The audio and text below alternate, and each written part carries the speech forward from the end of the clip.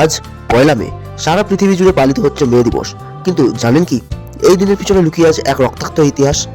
একটা সময় ছিল যখন শ্রমিকেরা দিনে 12-16 ঘন্টা কাজ করত, না ছিল ঠিকমতো মজুরি, না ছিল বিশ্রাম। আজকের এই অধিকারগুলো কিভাবে এলো, চলো জানি সেই গল্প। 19 শতাব্দীর শেষের দিকে শিল্প বিপ্লবের সময় কারখানার শ্রমিকদের জীবন ছিল নরকের মতন।